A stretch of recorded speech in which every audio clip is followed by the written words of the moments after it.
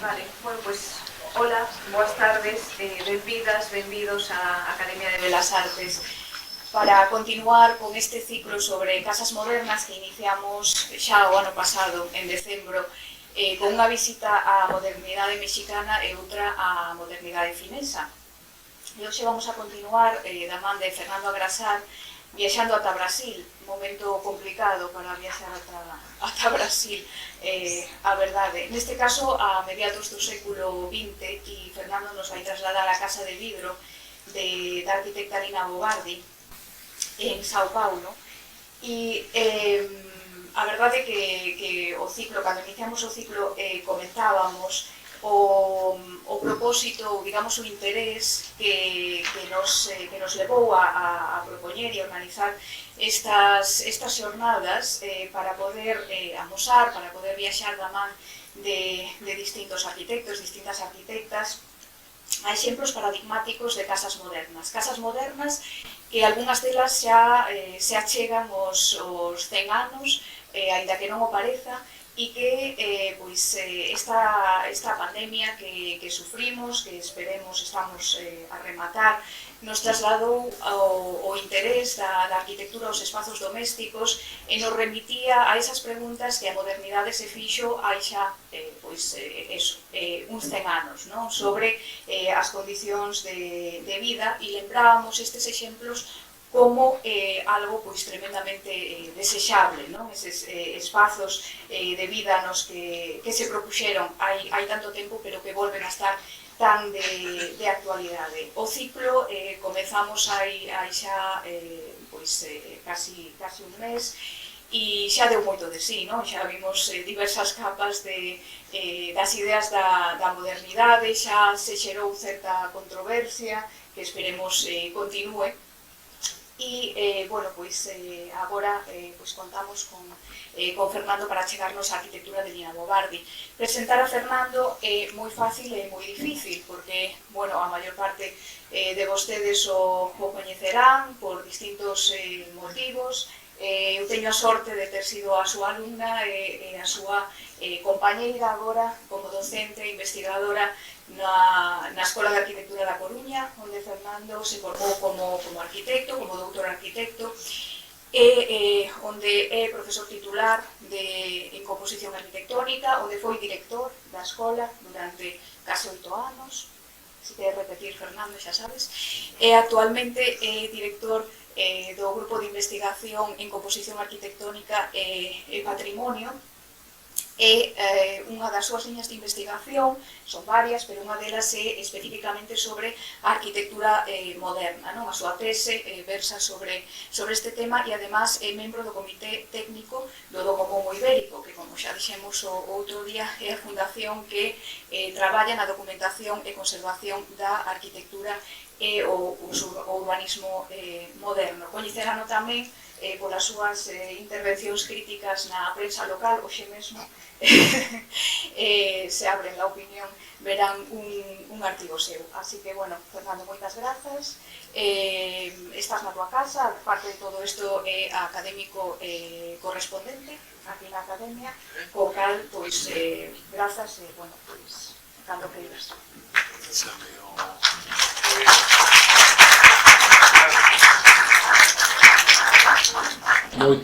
Moitas grazas, Luz.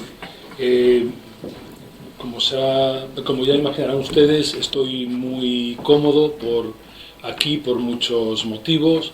Primero quiero agradecer la asistencia, que es amplia, y entre la que hay, claro, compañeros, amigos, público habitual en estos martes de la Academia, y estudiantes de arquitectura, que esto es algo esto es algo importante e interesante. También porque, como ha dicho Luz, este es un espacio de esta institución que ha tenido a bien acogerme. Me encuentro muy cómodo en ella, y también porque el ciclo coordinado por Luz, quien mejor, me ha asignado, y esto lo digo literalmente porque no crean que yo he elegido hablar de la Casa de Vidrio. Cuando dijo, me comentó Luz el programa y dije, bueno, pues podía hablar de, no les voy a decir qué, me dijo, no, tú la Casa de Vidrio, ya está, pues, y encantado, claro. Y por todo esto, tengo, al preparar la intervención de hoy, quiero hacerles partícipe de las intenciones. Lo primero es que nos aproximemos levemente, porque solo vamos a hablar de una obra de Lina Bo Bardi, pero que nos aproximemos un poco a la heterodoxa figura creativa de Lina Bo Bardi y a que conozcan bien la Casa de Vidrio, cómo es, cómo funciona, cómo está construida, y sobre todo, claro, su trascendencia, su importancia, porque es una pieza tan relevante y tan significativa. Vamos allá. Bueno, primero una prueba de vida, porque todo este ciclo lo estamos haciendo desde un conocimiento directo de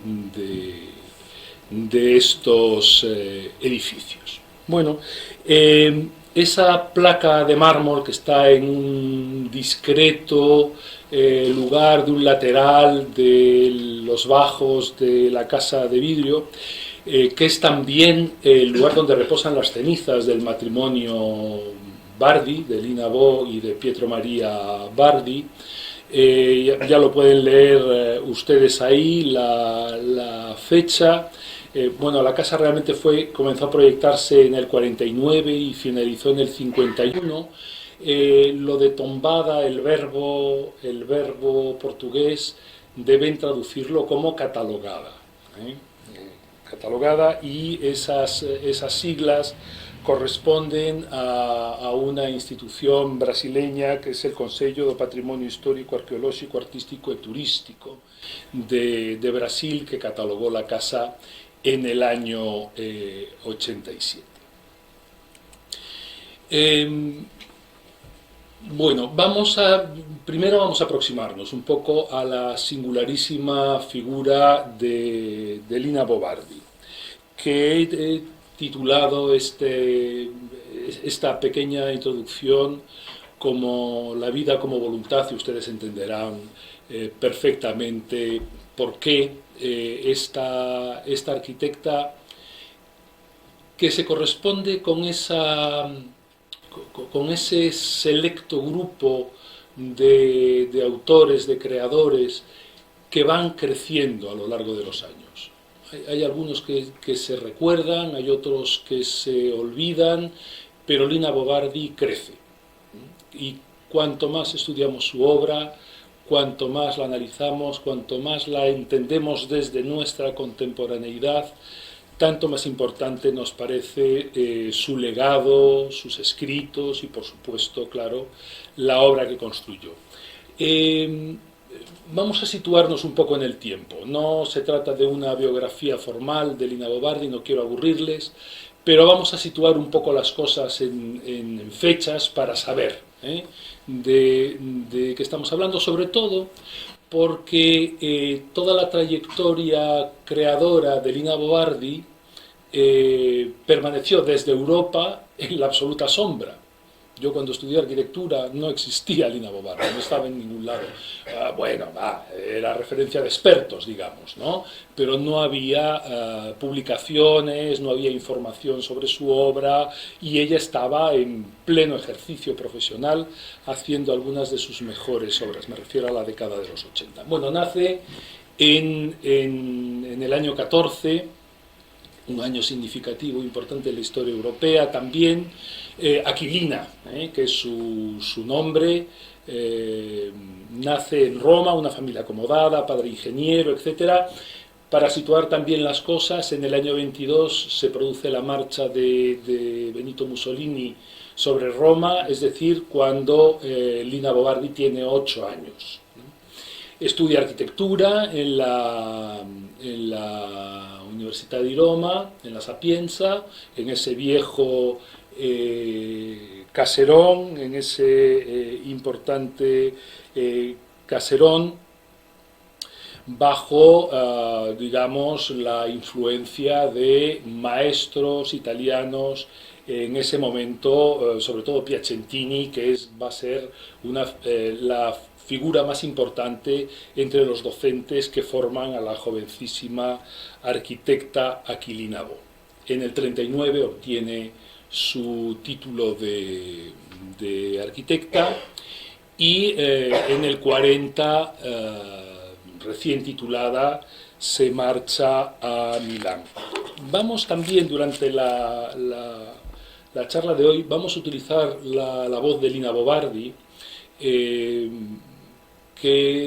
en algunas cuestiones no fue, que arrojó luz sobre algunos episodios de su biografía y otros intencionalmente los dejó desdibujados en sombras. Como les digo, en el año 40, en plena guerra, Lina Bo deja Roma, se traslada a Milán, allí entra en contacto con Gio Ponti y se convierte en su mano derecha en los Quaderni di Domus, que es una publicación con una larguísima trayectoria y en ese momento muy, muy importante. Fíjense que todo sucede a mucha velocidad en ese momento. En el año 43 comienza la campaña de Italia, por lo tanto es cuando los efectos devastadores de la guerra se notan en todas las ciudades italianas. El pequeño estudio que Lina Bo Bardi había puesto en pie en el centro de Milán es bombardeado en el año 43, queda totalmente destruido y esa joven arquitecta que hace el domus, lo hace ella realmente fuera de Milán. Es una militante comunista y colabora con la resistencia.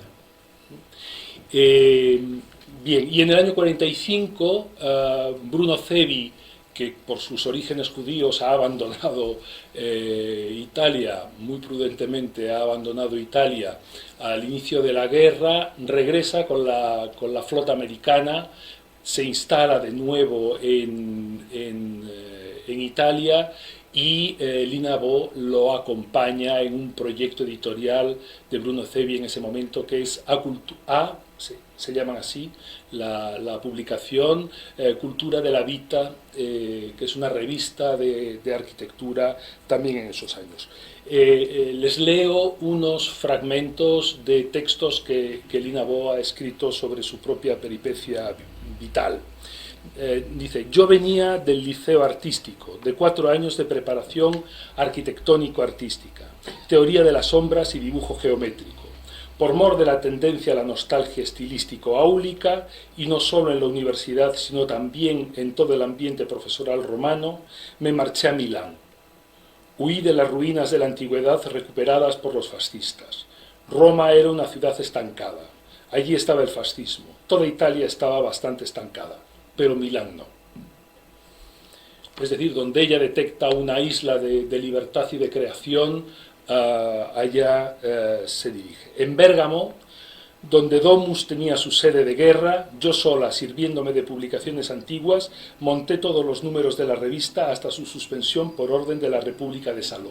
La República de Saló tuvo varias veces, los responsables de la República de Saló tuvieron, ya saben, aquel gobierno títere de la Alemania nazi, tuvo en varias ocasiones a Lina Bo en sus listas,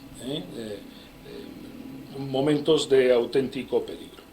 Dice Lina Bo Bardi también: en 1945 la guerra termina, la esperanza de construir en vez de destruir nos anima a todos, todo estaba a nuestro favor, éramos felices, los de izquierdas y los del centro izquierda. Pocos días después del armisticio, junto con un periodista y un fotógrafo, hice un reportaje en las zonas afectadas por la guerra. Viajé por toda Italia para recoger datos. Sentíamos que había que hacer algo para sacar a la arquitectura del lodazal. Coincidí en Roma, ya verán, que en ese año de 1945, después entre los escombros que humeaban todavía, la jovencísima Lina Bo está llena de proyectos y de oportunidades. Coincidía en Roma con Bruno Cevi, conocido crítico de arquitectura que había dejado Italia por las leyes raciales y que volvía del exilio en los Estados Unidos con la Quinta Flota norteamericana. Volvía para fundar en Roma la Associazione per l'Architettura Organica. Decidimos fundar entonces una revista semanal de arquitectura que se llamó Cultura de la Vita. La revista se publicó en Milán por el mismo editor de Domus. También me invitaron a colaborar en el periódico Milano Sera como crítico de arquitectura y a participar en el Congreso Nacional para la Reconstrucción. Bueno, esto es la situación que tenemos en ese año de 1945, pero sucede algo.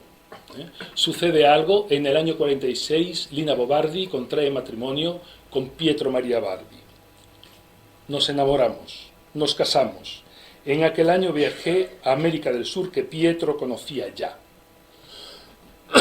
En 8 meses, Gio Ponti le pide a Lina Bo Bardi que entreviste a Pietro Maria Bardi. Pietro Maria Bardi es un personaje, disculpen, interesantísimo, autodidacta, no acabó el bachillerato, nacido en La Spezia, tuvo unos inicios profesionales como periodista y llegó a ser uno de los grandes intelectuales vinculados a la historia del arte y al coleccionismo a un nivel prácticamente mundial, desde luego con gran influencia en Europa y en Brasil. En 8 meses, como les digo, se conocen en una entrevista. Pietro Maria Bardi deja a su mujer y a sus 2 hijas y al cabo de esos 8 meses están viajando rumbo a Brasil, pero no es un viaje a Brasil cualquiera. Están en un barco con la biblioteca de Pietro Bardi, que era gigantesca, y 200 lienzos que incluían carpachos, bronchinos, etcétera. Pietro Maria Bardi, es un poco incómodo aproximarnos a la figura de Pietro Bardi en 2 pinceladas, pero digamos que Pietro Bardi, que llegó a estar muy próximo a los responsables del fascismo como gestor cultural, fue el primero que expuso en Roma y en Milán también a los grandes nombres del racionalismo italiano, que hoy celebramos y conocemos: Gigni, Pollini, todos los grandes racionalistas italianos. Las primeras veces que publicaron sus obras o las expusieron fue de la mano de Pietro Maria Bardi. También, y ya entenderán el río revuelto que suponía Italia durante la Segunda Guerra Mundial, en numerosas familias se deshicieron de importantes piezas artísticas que Pietro Maria Bardi vendió en Brasil. Llego a Río de Janeiro en barco en octubre. Asombro. Llegando por mar, el Ministerio de Educación y Salud Pública se recortaba como un gran navío blanco y azul contra el cielo. El primer edificio moderno en el hemisferio sur. Una obra ideada por Le Corbusier y construida por algunos de los grandes nombres de la arquitectura brasileña, entonces todos muy jóvenes. Primer mensaje de paz tras el diluvio de la Segunda Guerra Mundial. Me sentí en un país inimaginable. Bueno, cualquiera de ustedes, a mí me ha pasado siempre, cada vez que ponemos un pie en el Brasil, sentimos que estamos en un país inimaginable. Pero en aquellas circunstancias, para Lina Bo, tenía que ser todavía una impresión mucho más intensa. Me sentí en un país inimaginable, donde todo era posible. Me sentí feliz, y en Río, además, no había edificios en ruinas.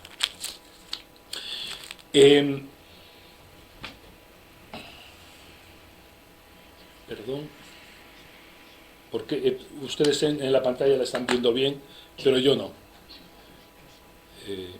Ahora sí. En aquel tiempo, en la inmediata posguerra, fue como un faro de luz que resplandecía en un campo de muerte. Era una cosa absolutamente maravillosa. En 1947, Assis Chateaubriand era un riquísimo personaje brasileño. En Sudamérica todo está sobredimensionado, la naturaleza, las ciudades, las emociones y también la pobreza y la riqueza. Los pobres son mucho más pobres y los ricos son muchísimo más ricos de lo que nosotros podamos imaginar, y uno de estos ricos riquísimos, Assis Chateaubriand, invita a Pietro a fundar y dirigir un museo de arte en Brasil, en Río o Sao Paulo. Yo aposté por Río, claro, cómo no, pero el dinero estaba en Sao Paulo. Le dije a Pietro que quería quedarme, que aquí volví a encontrar mis ilusiones de las noches de guerra, y nos instalamos en Brasil. En 1951, como tienen ahí en ese esquemático cronograma, se acaba la Casa de Vidro y al mismo tiempo Lina Bo Bardi obtiene la ciudadanía brasileña. Fíjense lo que dice sobre esto. En 1951 obtuve la nacionalidad brasileña. Cuando nacemos no elegimos nada. Nacemos por casualidad. No he nacido aquí. He elegido este lugar para vivir. Por este motivo Brasil es 2 veces mi país. Es mi patria de elección, y me siento ciudadana de todas las ciudades, de Cariri al Triángulo Mineiro, a las ciudades del interior y también a las de la frontera. Bueno, desde ese momento, como ven, La Casa de Vidro, por lo tanto, es la primera obra de Lina Bo Bardi. Bueno, hay alguna obra de interiorismo para acomodar alguna exposición parcial del enorme tesoro artístico que viaja con la pareja Bo Bardi en Sao Paulo, pero La Casa de Vidro es realmente su primera obra, y a partir de ahí desarrolla Lina Bo Bardi en el tiempo una obra interesante, no muy numerosa. No hay una gran cantidad de edificios diseñados por Lina Bo Bardi, pero todos son memorables y todos son importantísimos. Obviamente hoy no podemos referirnos a todos ellos, a alguna referencia mínima, pero les animo a que los estudien, que los busquen, y si tienen la oportunidad, desde luego, que los visiten. Situamos algunos de ellos, para verlos también en el tiempo. Entre el año 57 y 58, la Casa Valeria Cirel, que está en la ciudad de Sao Paulo, y entre el 57 y el 68, mucho tiempo, porque su gestión fue muy larga, el deslumbrante Museo de Arte de Sao Paulo, un edificio por el continente y también por el contenido de este museo deslumbrante. Entre el 58 y el 64, la Casa do Chame Chame, que está en Salvador. En el 64, como saben, un golpe militar contra el presidente Goulart mantiene una dictadura en Brasil hasta el año 85. Esa Casa Chame Chame abre el vínculo de Lina Bo Bardi con Salvador da Bahia. En esta ciudad desarrolló una obra importante con otros arquitectos, pero con ella como principal brazo ejecutor de una idea interesantísima, que era recuperar el casco histórico, que como saben es patrimonio de la humanidad, de Salvador de Bahía, a través de intervenciones puntuales, eso que Lerner llamaba acupuntura urbana. Entre el 59 y el 69 pone en pie, restaura el Solar da União, que originalmente era un gran museo de artesanía y hoy es el Museo de Arte Moderno de Salvador. Otra vez en Sao Paulo, entre el 77 y el 86, el Sex Pompeia, en la avenida Pompeya, en el barrio de Perdizes, en Sao Paulo. Los musulmanes peregrinan a la Meca. Yo, siempre que tengo oportunidad, voy al Sex Pompeya y les recomiendo que hagan lo mismo. En el 84, una modestísima pero trascendente obra, que es el Teatro Oficina, también en Sao Paulo. Siguiendo El Salvador, en el 87, la Casa do Benin. En el 90-92, una obra que solo pudo realizar parcialmente, Lina Bo Bardi no lo tuvo muy fácil tampoco, que es la sede del nuevo ayuntamiento de Sao Paulo, cuya parte fundamental del proyecto no se llegó a realizar, pero otra sí, y está en uso hoy, y la obra se inauguró en el mismo año en el que falleció Lina Bo Bardi en su casa de vidro, donde vivió toda su vida, salvo el periodo de Salvador, que eran idas y venidas, a los 78 años de edad. Bueno, pues ya está, ¿no? Hemos dibujado rápidamente el personaje, vamos a la casa de vidro, que es lo que realmente nos interesa, algunas imágenes para ponerle cara a estos personajes. A su izquierda el brillante, el inteligentísimo, el seductor Pietro Maria Bardi, y a la derecha Assis Chateaubriand, en esa conexión que hizo posible el formidable Museo de Arte de Sao Paulo, del cual Lina Bo Bardi fue la autora de ese edificio, pero también del sistema expositivo, que es casi más interesante. Ahí tienen a Pietro Maria Bardi, que fue toda su vida director del MAPS, y de esa colección. Ese museo tiene una colección cerrada, que es obra, digamos, como Marchand, de Pietro Maria Bardi. Muy bien. Esa expresión italiana, casi sui trampoli, lo traduciríamos casa sobre pilotis. No hay en español, porque columnas no nos sirve, ¿no? Columnas es otra cosa. Se refiere a esos finos soportes modernos sobre los que buena parte de la arquitectura moderna se elevaba. Vamos a aproximarnos a la casa de vidro desde antes de que exista la casa de vidro. Ahí tienen un número de Quaderni di Domus que Lina Bo hacía en Bérgamo, entre el sonido de las bombas, entre las amenazas de los responsables de la República de Salò, y prepara este número con este artículo que se titula así, Casa sobre pilotis, y utiliza 3 ejemplos de casas sobre patitas, ¿no? De casas elevadas, con un texto. La primera es la Villa Saboya de Le Corbusier. Estamos en el año 44, les recuerdo, que se construye en el 2930. Después, un ejemplo italiano, la Casa al Villaggio dei Giornalisti de Luigi Figini, que es una obra construida entre el 34 y el 35, un canon de la arquitectura moderna, hermosísima, abstracta, perfecta, etc.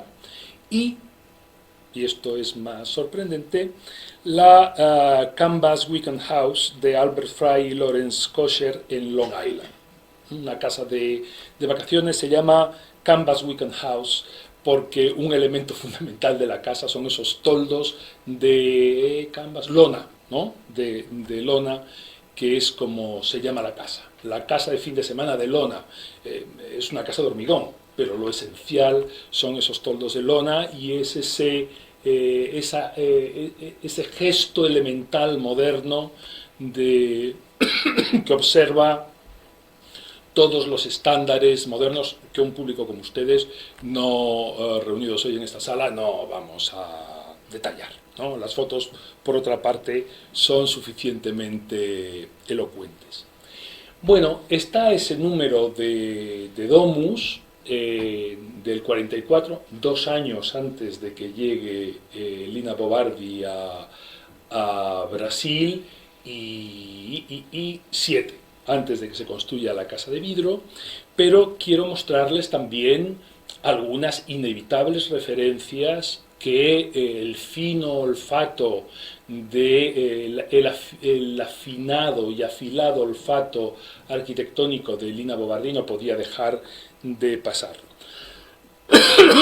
Si el nombre de Rino Levi no les dice nada, eso es culpa de eso que se llama el eurocentrismo, porque es un grandísimo arquitecto.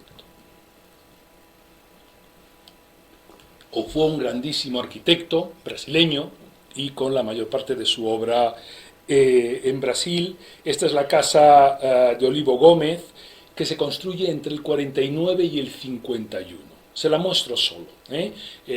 Sus secciones fundamentales y la imagen de la casa se conserva muy bien. He puesto una foto de época porque me pareció más interesante y también porque no tengo ninguna buena foto de esta casa de Rino Levi, que solo pude olisquear desde detrás de una tapia.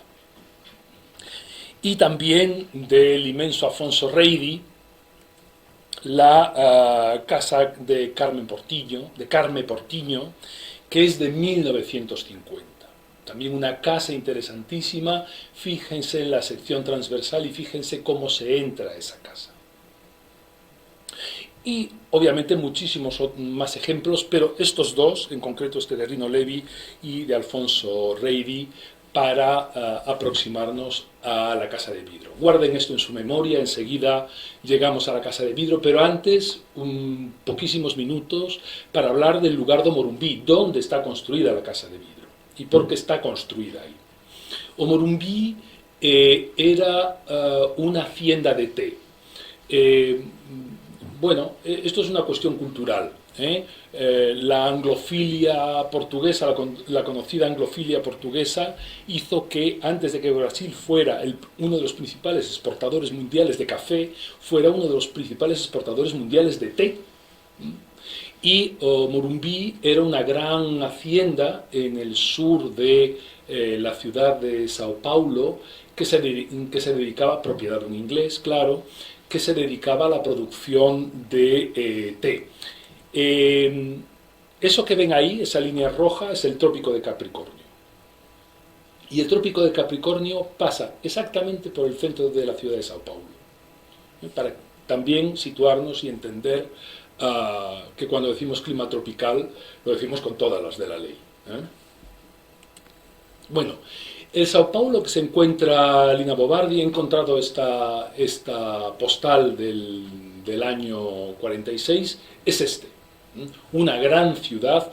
Todavía no era la ciudad de 21 millones de habitantes que es hoy Sao Paulo, pero una gran ciudad, una gran capital, como han oído a través mía, pero con las palabras de Lina Bobardi, ella quedó, quien no, absolutamente seducida por la belleza de Río de Janeiro, pero el dinero estaba en Sao Paulo y Pietro Bardi lo debía de tener muy claro. Sobre todo así Chateaubriand estaba en Sao Paulo, pero Sao Paulo es una ciudad, era y es una ciudad absolutamente pujante, intensísima, donde había muchas oportunidades y donde todo estaba por hacer. Eso es la Gamañá en el 46 y hoy mismo. El Bradesco, que asoma por ahí detrás, es ese edificio escalonadito que aparece ahí en tercer plano. Hacia atrás es uno de los supervivientes de esa época. Y esto es Sao Paulo. En menor medida se lo encontró Lina Bobardi a principios de los años 50, pero es una selva de cemento, sin monumentos, sin ríos, los ríos son unos canales que hay por allí, sin montañas, sin playa, pero lleno de energía, lleno de intensidad, lleno de vitalidad y lleno de posibilidades. Bueno, Morumbí era esta antigua facenda. El plano no es muy bueno, tengo que decirles, pero ahí está esa antigua hacienda que se parcela para construir viviendas de calidad. Bueno, el Morumbí ha tenido y sigue teniendo muchos problemas, sobre todo por el sur. ¿Se ve el cursor? No. Ven ahí en el sur, abajo de la imagen, el nombre de uno de las zonas que están colindantes con el Morumbí, que es Paraisópolis. Es una de las grandes... gracias, Luz. Es una de las grandes favelas de Sao Paulo y está en contacto con el Morumbí. El Morumbí sigue teniendo hoy el mismo carácter que tenía cuando comenzó a construirse a principios de los años 50, grandes casas, nivel de vida muy alto, pero esta imagen que se ha repetido 1000 veces, en este choque entre el Brasil rico y el Brasil pobre está tomada en el Morumbí, en el límite entre el Morumbí y Paraisópolis, que quien le puso el nombre a la favela tenía un sentido del humor muy negro y muy amargo.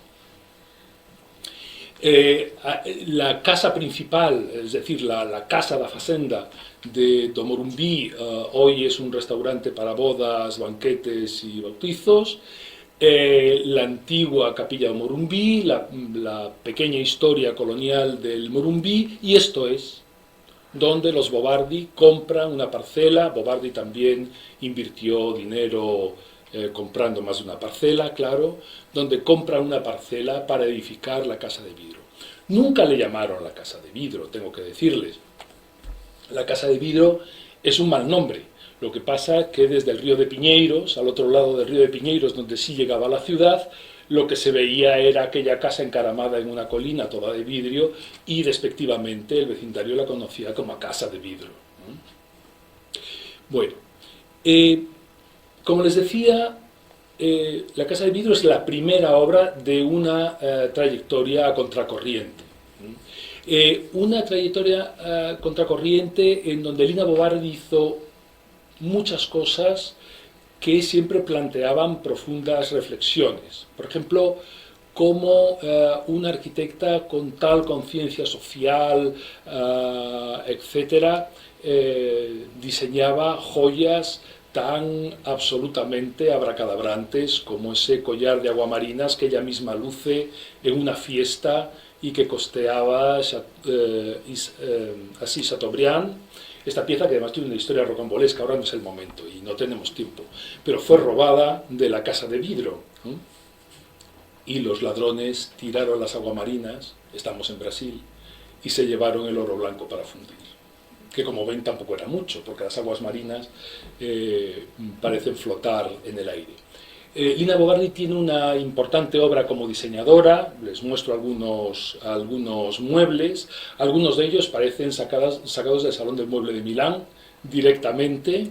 Aquí la tienen, protagonizando una imagen publicitaria, a ella misma posando para una imagen publicitaria de uno de sus diseños. Y sobre todo, Lina Bo Bardi es una curadora, una diseñadora y creadora de contenidos expositivos de enorme relevancia y de enorme trascendencia. Esto será importante para lo que quiero contarles de la Casa de Vidro, como la importantísima exposición Bahía no Ibirapuera está en el Canopo, ¿cómo se llama esto? En el Parque de Ibirapuera,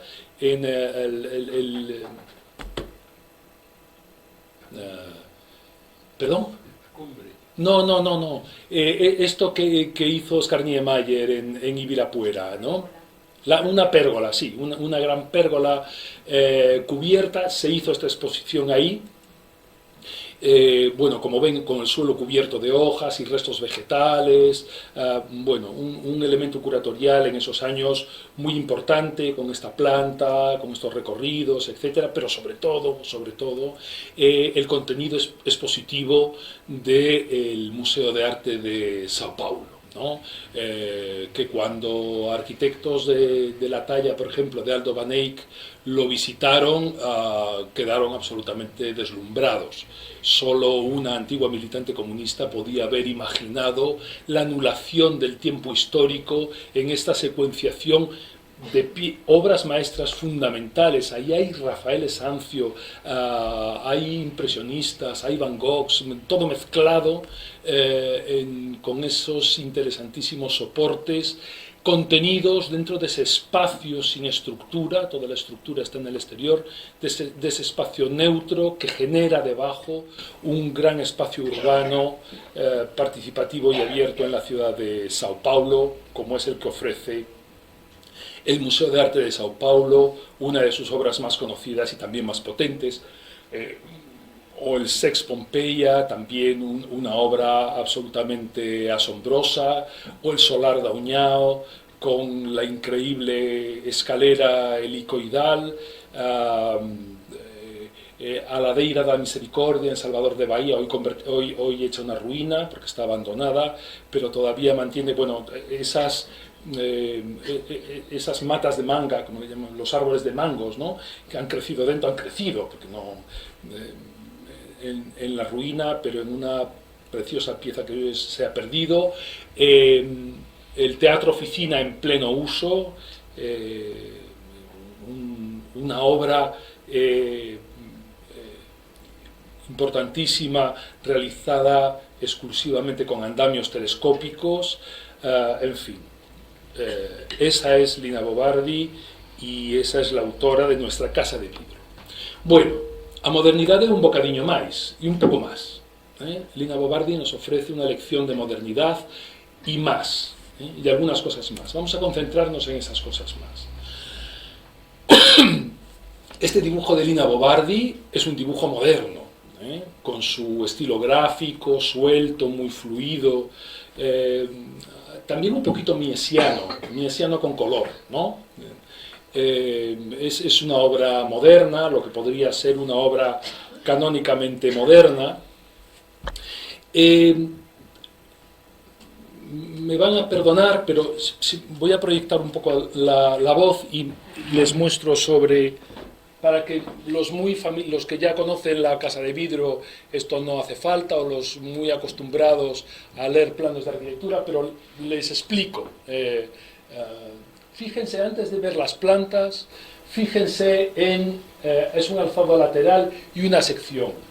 Esa sección está cortada por esa línea, por la escalera. Como ven, hay una parte de la casa, la parte trasera, que se apoya sobre el terreno, y otra parte de la casa que se apoya sobre unas finas patitas de metal, unos tubos de acero que tienen 17 centímetros de diámetro, una cosa así. Por lo tanto, la casa tiene una única planta, salvo en la parte baja donde hay abierto estas dos dependencias que están abiertas. Originalmente puede llegar un coche ahí para detenerse un momento, etcétera, pero no tienen ningún uso. Ahí sí, bajo la cocina, esa especie de almacén que es un depósito al que se accede desde esa puerta, pero nada especialmente importante. Vean esta línea punteada, que es la proyección de un vacío que hay ahí, y la planta principal de la casa funciona de la siguiente manera. Uno aborda esta escalera subiendo hasta este descansillo y llegando a este espacio completamente cerrado, pero todavía en el exterior, ¿sí? Y entramos en la casa donde encontramos todo este gigantesco espacio vacío. Estos son aproximadamente unos 14 por 28 metros. Es grande la casa de vidro. Es muy grande. Tenemos un patio, un agujero en medio de ese salón y los soportes que se disponen regularmente. Y 3 planos, todo esto y todo esto, de vidrio. Una chimenea y absolutamente nada más. Y luego verán que tenemos 2 bandas que son prácticamente iguales de dormitorios. Estos son los dormitorios del matrimonio Bo Bardi, con un vestidor, baños, en fin, dependencias privadas a las que se puede acceder desde este espacio donde Lina Bo Bardi trabajaba, que se puede acceder inmediatamente desde la entrada principal y que se puede acceder desde la cocina. Esta otra banda, que es exactamente igual de ancho, bueno, ligeramente más estrecha, pero va muy parecida, es donde reside el servicio. Estamos en Brasil, y en 1951. Había mucho servicio. Y está conectado por la cocina, que es este elemento. Ahora vamos a ver las fotos y lo entenderán mucho mejor. Fíjense, y esto es interesante, la casa está orientada hacia el sur-suroeste. Para nosotros eso es una orientación soleada. En Brasil, o sea, en el hemisferio sur, Esa es la orientación donde no da el sol directamente. Recuerden que estamos en el trópico. Las habitaciones se abren hacia el norte y a este espacio, a este patio, que está abierto, lleno de tortugas, ya verán, enfrentadas al muro ciego de las habitaciones del servicio. Y las habitaciones del servicio se abren hacia el exterior. Y también la casa de vidrio tiene una doble naturaleza construida. Esto es básicamente acero y vidrio, y esto es piedra y cemento, un muro tradicional de piedra, revocado y pintado.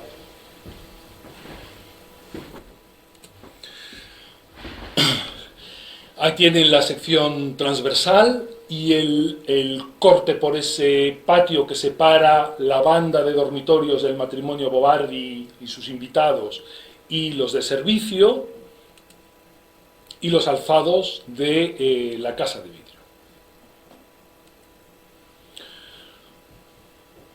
Parece muy sencillo, es muy sencillo realmente. Ahí tienen a Lina Bobardi contemplando el paisaje que entonces se veía desde la casa de vidrio, donde la vegetación tenía un porte bajo todavía.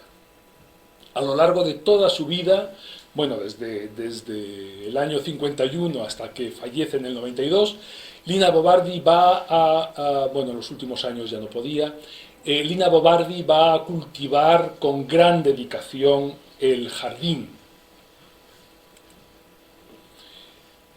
Esa es la entrada a la casa, donde obligatoriamente es necesario detenerse a ver el panorama. El panorama es las ondulaciones de Morumbí, con toda su vegetación, y el río Piñeiros al fondo. Y esto es lo que uno se encuentra al llegar a la casa de vidrio. Es altísima, porque realmente el terreno cae con mucha rapidez. Se fijan ahí, debajo de la casa, la entrada de luz que provoca ese agujero, ese patio que hay en medio del ambiente, ¿sí?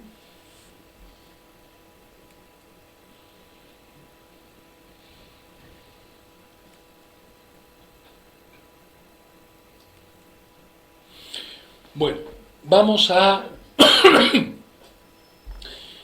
ver cómo la casa resulta impecable desde un punto de vista funcional, pero la casa también tiene una imagen y se constituye como un escenario, y por supuesto ese escenario es para la vida, porque Lina Bobardi también escribió en alguna ocasión, y esto no me hace falta leerlo porque lo recuerdo siempre, decía Lina Bobardi: los arquitectos deben prestar atención sobre todo a la vida, porque no hay nada más importante que eso.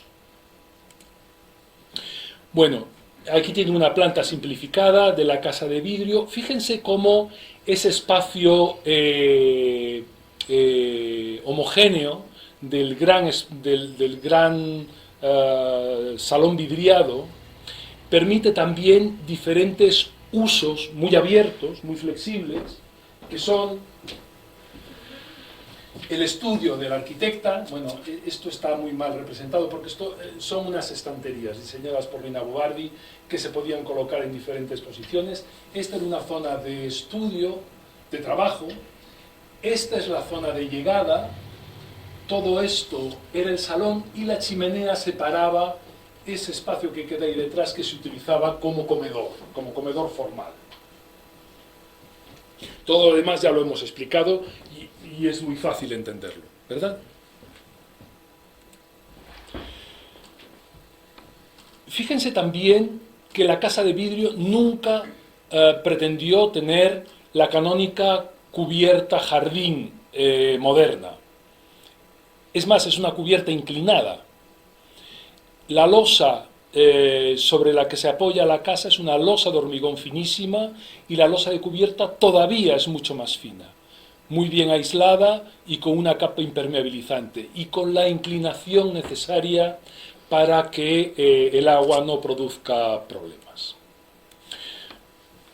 Vamos a entrar. Esto es lo que uno ve cuando se acerca a la casa de vidrio. Este es el cierre que hizo Lina Bo Bardi, un cierre pobrísimo, dentado, de bloque, de hormigón. Esa puerta de chapa supongo que será la sexta o la séptima que tiene la casa desde los años 50, que se va sustituyendo sin ningún tipo de problema, lo mismo que la que permite la entrada de coches a la casa con estas cosas que tanto interesaban a Lina Bo Bardi, que es la mezcla de restos, de escombros en estos elementos tan kitsch, tan populares, tan hechos por un herrero de Parisópolis seguramente.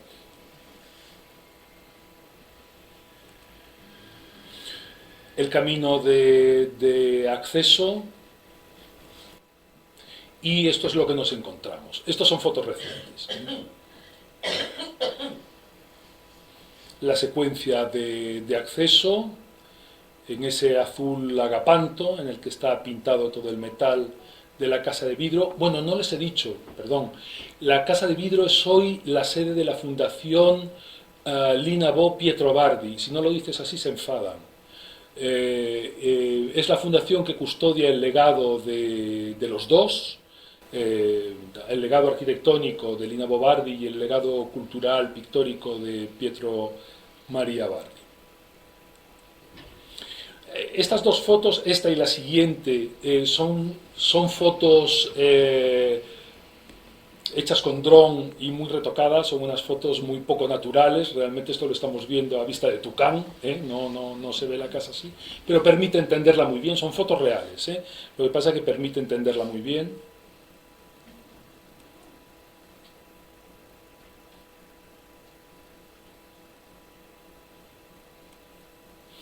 Y esto es una imagen de esa banda de dormitorios de residencia de la gente que atiende la casa, del personal que atiende la casa. El lateral, ese patio lleno de tortugas, como siempre estuvo. Hay un auténtico culto a la personalidad de la pareja Bo Bardi, y la fundación mantiene la casa en un estado perfectamente íntegro, tal como estaba a la muerte de Lina Bo y 7 años más tarde de Pietro Maria Bardi.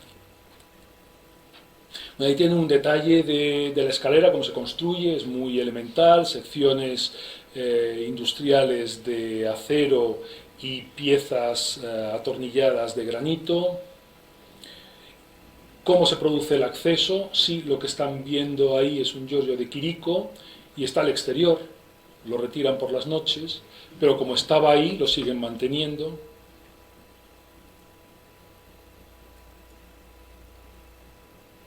Lo que vemos desde el acceso hacia el interior, y esta es la puerta de entrada, que es realmente una verja, porque aquí la temperatura nunca es problema, ¿verdad?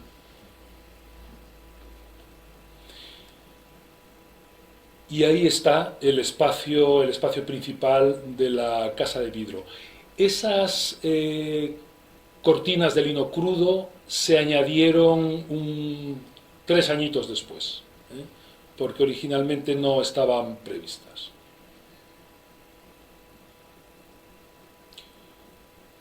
Todo el espacio de la casa es un paisaje donde se colocan las piezas que habrán tenido algún movimiento. Ese patio tiene varias funciones. Primero, introducir luz bajo la casa, después permitir ventilaciones cruzadas y también organizar en cierta medida el uso del espacio dentro de ese área tan enorme, porque es realmente muy grande. Claro, ¿dónde colocamos los enchufes eléctricos en la casa de vidrio? Porque no tenemos paredes. Y aquí están, diseñadas por Lina Bo Bardi, en latón, se enroscan, se atornillan, se necesita una moneda, eso sí, cuando están cerrados, para poder enchufar lo que sea y cuando se necesite. El suelo es de gresite, como el de las piscinas, lo cual permite también cualquier uso. La inclinación de la cubierta, la suave inclinación de la cubierta, se traduce al interior, porque lo que nos separa es simplemente esa finísima losa de hormigón, y a partir de ahí los detalles como manillas, etcétera, son todos sencillos pero contundentes. Ahí tiene el detalle de la cocina con su campana de cristal.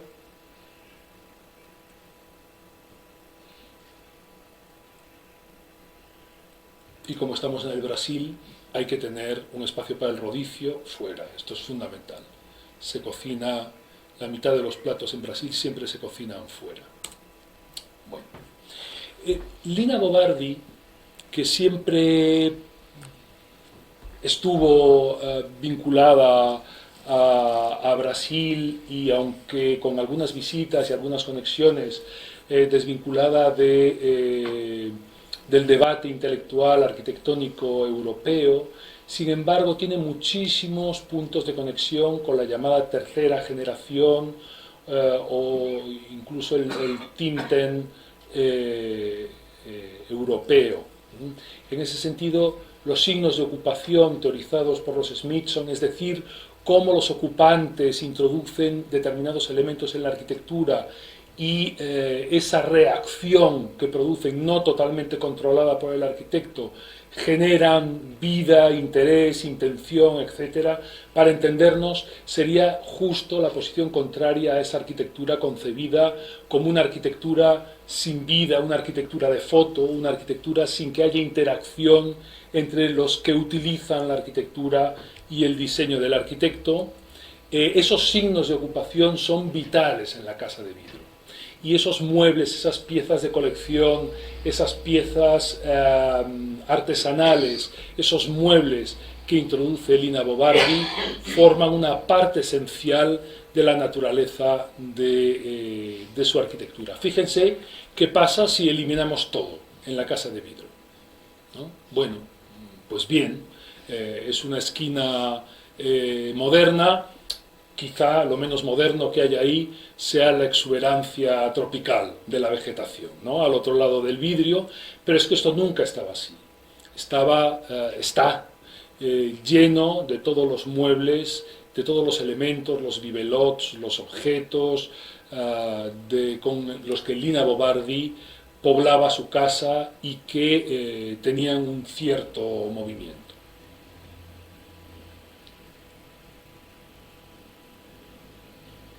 Hay momentazos kitsch, fíjense lo que hay encima de la tele.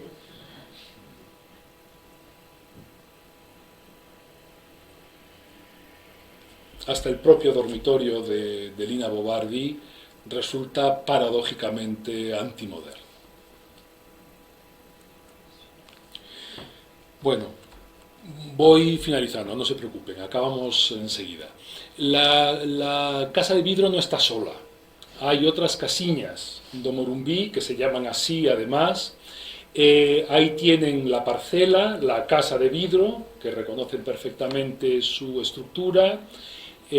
Abajo tienen un garaje que se añadió después, y a la derecha arriba hay dos construcciones, a Casiña do Morumbí, que era el estudio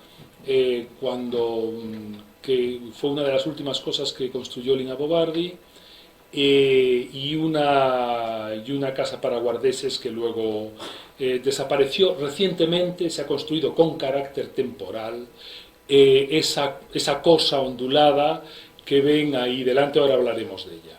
Ese es el garaje, construido como la casa de Chame, es una cosa muy elemental, no tiene ningún interés, pero esta piecita sí, aún es una cabañita, es el estudio de Lina Bobardi, o mejor dicho, Lina Bobardi siempre trabajó en su casa, le encantaba moverse entre la casa de vidrio y a Casiña do Morumbí, que era como le llamaban al estudio. Aquí trabajaban sus colaboradores. Hubo un momento en el que ya no podía hacer ese recorrido por problemas de movilidad, y entonces le llevaban los planos o los dibujos a la casa de vidrio. No es fácil, hay que estar en forma porque el recorrido es muy empinado. Esta modestísima construcción Ahora no es el momento porque nos llevaría tiempo y necesitaríamos revisar con mucho cuidado la obra de Lina Bo Bardi. Condensa todos los hallazgos arquitectónicos de Lina Bo Bardi. Y es difícil entenderlo para los que no se han aproximado a su obra porque es una cabañita elemental, ¿no? Sin más. Pero todos los hallazgos, toda la búsqueda de Lina Bo Bardi a lo largo de los años están concentrados en este elemento tan silencioso, tan callado, tan pobre. También lo tienen hoy, esto ya es casi una cosa morbosa, tal como Lina lo dejó, con los trabajos en curso, con los papeles. Y esto que tienen ahí es una, que les decía, es una obra, yo no la conozco, porque es muy reciente. Yo la última vez que estuve aquí fue en el 19. Es una obra de una arquitecta mexicano-brasileña, Sol Camacho. Se lo pidió la fundación porque los actos, las conferencias, las reuniones que hacían no podían estar con un montón de gente en medio de los Giorgio de Chirico, de los Giacometti, etcétera, y con todo aquellas piezas originales de Lina Bo Bardi, y se reúnen en el jardín en esta pieza que está totalmente hecha con contrachapado y diseñada por Sol Camacho como un elemento mimético con la floresta tropical. Ahí lo tienen tal como se ve desde la casa de vidrio y tal como funciona. Bueno, y acabamos ya, y yo quisiera compartir con ustedes algo muy íntimo, no mío, por Dios, sino de Lina Bo Bardi, porque deberíamos entender la casa de vidrio como la primera obra de Lina Bo Bardi y la última obra de Lina Bo Bardi, y la última obra moderna de Lina Bo Bardi. Porque en algo tan íntimo como una carta dirigida a su marido, a Pietro Bardi, en el año 56 exactamente. Bueno, Pietro Bardi, por su trabajo a Morchan, hacía viajes a Europa, en fin. Los viajes en esos años tampoco eran como ahora, ¿no? Que estamos acostumbrados a meternos 11 horas en un avión, pasar el jet lag con una aspirina, levantarnos el día siguiente para ir a trabajar. Estas cosas absurdas que hacemos y tan malas para la salud. Esto se hacía en aquellos años con un poco más de tiempo y se escribían cartas. Y esta es una carta que custodia la Fundación Lina Bo Pietro Bardi, y era algo íntimo, era algo para no ser publicado, era algo propio de ellos. Recuerden que el matrimonio comienza a habitar la casa en el año 51, y esta es una carta fechada en abril, exactamente el 3 de abril del 56, y le escribe Lina a Pietro. Le dice: nuestra casa es hermosa, el jardín magnífico, pero hoy ya no haría una casa así, residuo de mis convicciones en el progreso infinito. Hoy haría una casa con una cocina de piedra y leña, sus ventanas abiertas a un gran parque lleno de maleza, y esparciría las semillas al viento, sobre la hierba.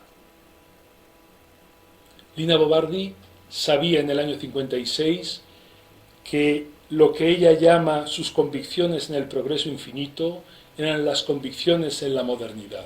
Y en ese momento, en el año 56, en pleno triunfo del movimiento moderno planetariamente, Lina Bo Bardi ya no construiría nunca más una casa así.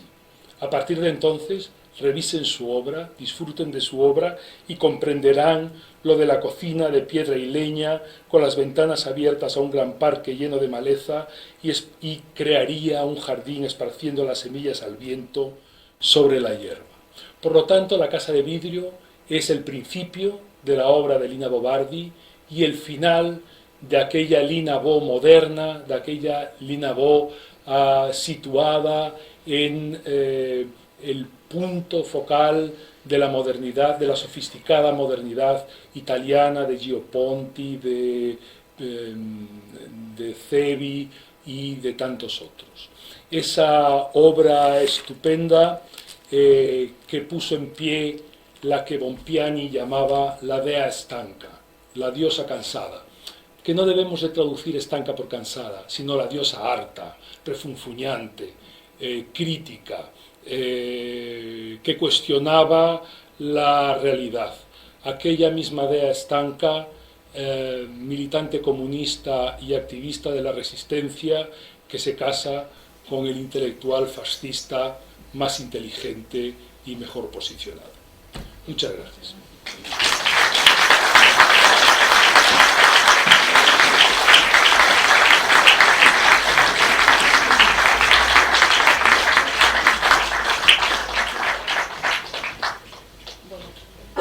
Muchas gracias. Muchísimas gracias, Fernando. Hemos disfrutado mucho, la verdad, con Lina, con la casa, y seguro que hay preguntas. Estamos un poco tarde, pero adelante. Lo siento. Sí, no hay problema. Sí, buenas tardes. Bueno, dos cosas mínimas.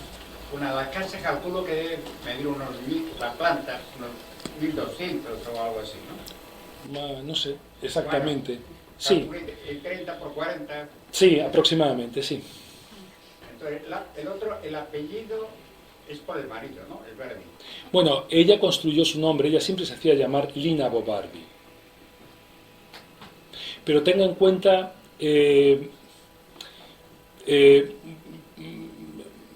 bueno, suena bien, ¿no? Suena estupendamente. Tenga en cuenta que en Brasil, como en Portugal, el segundo apellido es el paterno.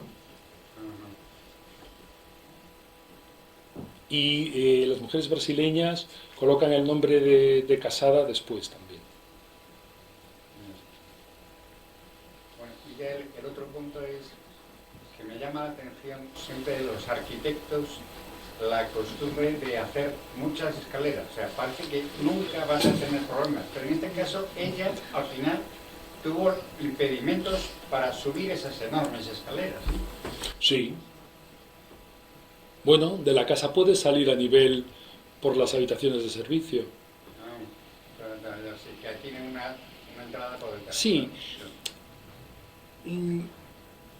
Claro, esto es una casa privada. Cuando la construyeron en el año 51, los dos eran muy jóvenes, ¿no? Bueno. Pero nunca pensamos en el futuro.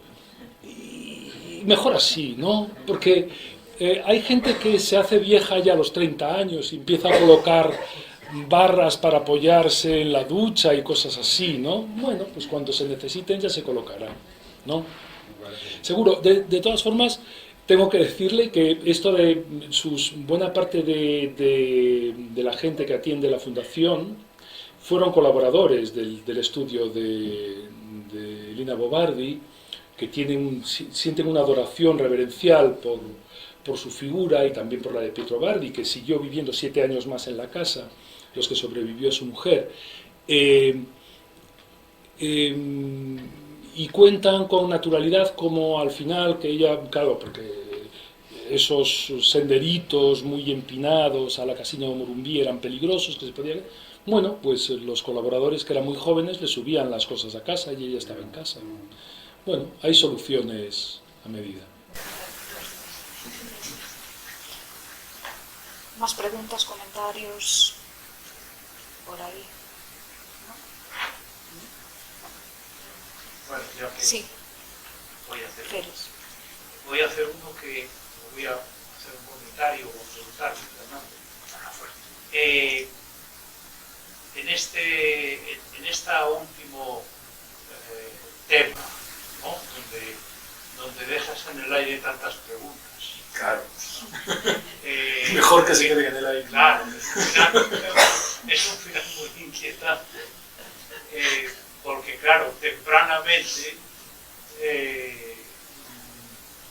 confiesa su descreimiento, por decirlo de algún modo, del movimiento moderno. Yo tengo una impresión, que es que hablamos del movimiento moderno en general, hablando de la fidelidad a unos materiales, la fidelidad a una funcionalidad que rige toda la planta y la sección del edificio, y hablamos de movimiento moderno en relación a una espacialidad. Y sin embargo, yo tengo la impresión, y te pregunto, que realmente en esa explicación del movimiento moderno dejamos fuera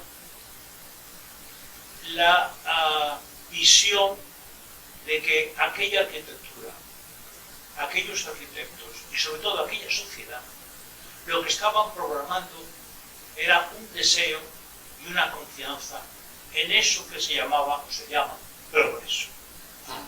Y que todo eso comienza a manifestar su declive en las mentes más preclaras y más intuitivas, como puede ser la de Lina, pero que poco a poco se extiende al conjunto de la sociedad. Cuando después se plantea en los años 70 toda la idea del postmoderno, en realidad se trata fundamentalmente de un descreimiento de aquello que había impulsado la arquitectura del movimiento moderno. Caramba, Celestino, sí, pero a ver, yo para referirlo a Lina, ¿no? Y para no generalizar, yo creo que aquí la clave es Brasil, la realidad brasileña. Hoy, cuando estás en una estancia en una universidad brasileña, cuando das clases allí, hablas con gente brasileña, te das cuenta rápidamente que ellos nosotros pensamos que estamos en un país, que estamos en un contexto continental europeo. Ellos piensan que el mundo empieza y acaba en Brasil. Aquello es tan grande y tan complejo que ellos no se sienten parte de Sudamérica realmente. Y lo que pasa en Nueva York, lo que pasa en Madrid o lo que pasa en Berlín les interesa muy relativamente, porque viven en una realidad tan enormemente compleja y tan de 130 millones de habitantes, de una extensión brutal, etcétera, que todo lo refieren al mundo brasileño. Yo creo que Lina, que además con esas, cuando ella explica cómo decide ser brasileña, ¿no? con esa determinación y con esa claridad, yo creo que en ese momento se sitúa fuera de todo aquello que conocía tan bien. Claro, porque montando el Domus en Bérgamo, por sus manos pasaba lo mejor, lo más sofisticado, lo más depurado de lo que llamamos la cultura moderna. Ella, por ejemplo, son muy conocidos sus enfrentamientos dialécticos con Oscar Niemeyer, pero fundamentalmente por la forma en la que veían esa idea de progreso. Y para Lina fue fundamental, para el pensamiento arquitectónico de Lina Bo Bardi, no me refiero personalmente, también personalmente, pero eso no nos importa ahora, su estancia en Salvador de Bahía. Ella se marcha a Salvador de Bahía por tres razones. Una, porque tenía una mala temporada con Pietro Bardi, porque siempre hay problemas en el paraíso.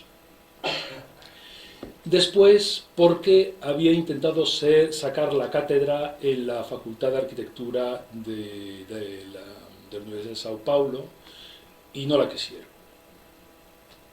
Y en tercer lugar, porque en Salvador de Bahía estaban tratando de poner en pie un sistema originalísimo y muy experimental de recuperar el patrimonio de ese casco histórico de Pelourinho, ¿no?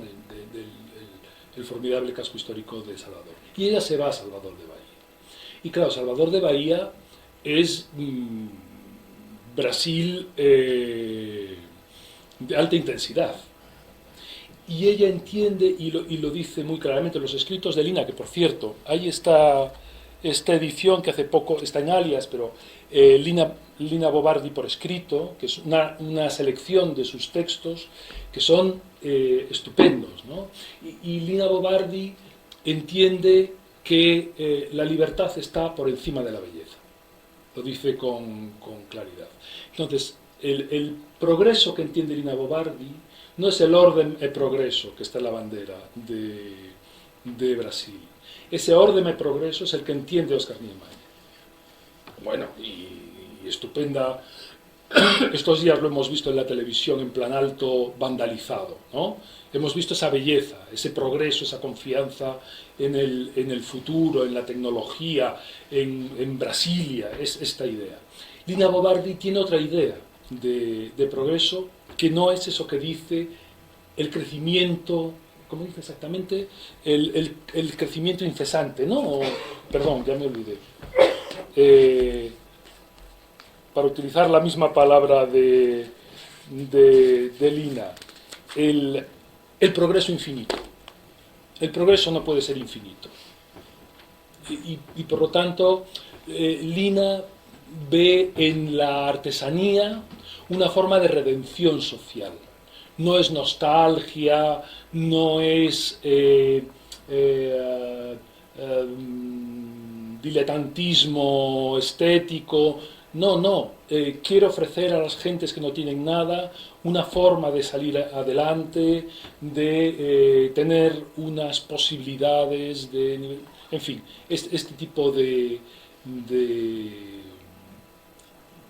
soluciones a través de la arquitectura o en las que colabora la arquitectura, que hoy, por cierto, son absolutamente contemporáneas.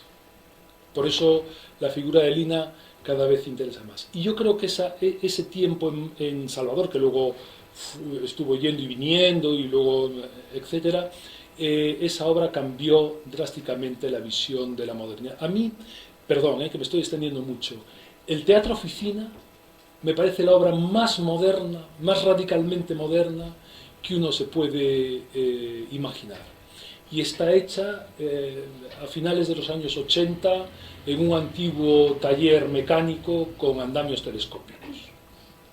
Porque en ella ya cambió el paradigma. Exacto. Del progreso por la vinculación a lo inmediato.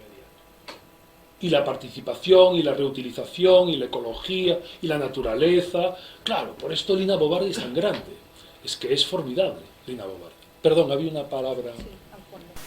Sí, en ese sentido quería comentar también que era una artista también, plástica, que no se ha visto. Yo vi una exposición de ella en Madrid hace unos años, donde se veía pues sus esculturas, unos tótem, unos juguetes, diseño ropa, y ahí también se ve esta relación con la artesanía, con los materiales así naturales, con la madera, y con la relación pues con los niños, con la gente. Sí. ¿Te refieres a la exposición Tupí or no Tupí de la Juan Marc? Sí. Claro, estupenda exposición, sí, un magnífico catálogo también. Sí, pero esas cosas las hacía Lina, pero incluso no, la mayor parte de esas obras no son lo que entendemos por obras de artista, eran obras de colaboración en donde canalizaba conocimientos de artesanos, etc., ¿no? Uno... por ejemplo, recorriendo los espacios fantásticos del SES Pompeya, uno se encuentra un San Jorge pintadito de colores por cualquier lado, o hay este tipo de reacciones poéticas con sensibilidades populares que sabía manejar también y eran tan absolutamente efectivas en Brasil. Sí, no pudimos contar todo hoy. Muy bien. ¿Algo más? ¿Alguien de... Sí, por favor. Si puede ser que ampliases un poco lo de Niemeyer. La relación con ella, me refiero, la relación con ella, ¿no? Bueno, no, la relación supongo que estupenda, ¿no? Bueno, además Niemeyer estuvo exiliado. Lina se quedó en Brasil durante los años de la dictadura, probablemente porque no era tampoco una figura políticamente relevante. Niemeyer sí, se tuvo que exiliar un tiempo. Bueno, hay un texto de Lina Bo Bardi que se titula Arquitectura con mayúscula, escrito con mayúscula, o Arquitectura escrito con minúscula. Y se refiere a su arquitectura y a la arquitectura de Oscar Niemeyer, entendiendo que la de Niemeyer es arquitectura con mayúscula y la suya con minúscula. ¿Has querido decir que fue al Pelourinho en el momento en que expulsaron a la población para restaurarlo? Fue después. Ya habían echado a la población. No, no, no, no, no. Esa decisión se tomó después cuando fracasó esta idea de rehabilitación integral del pelouriño.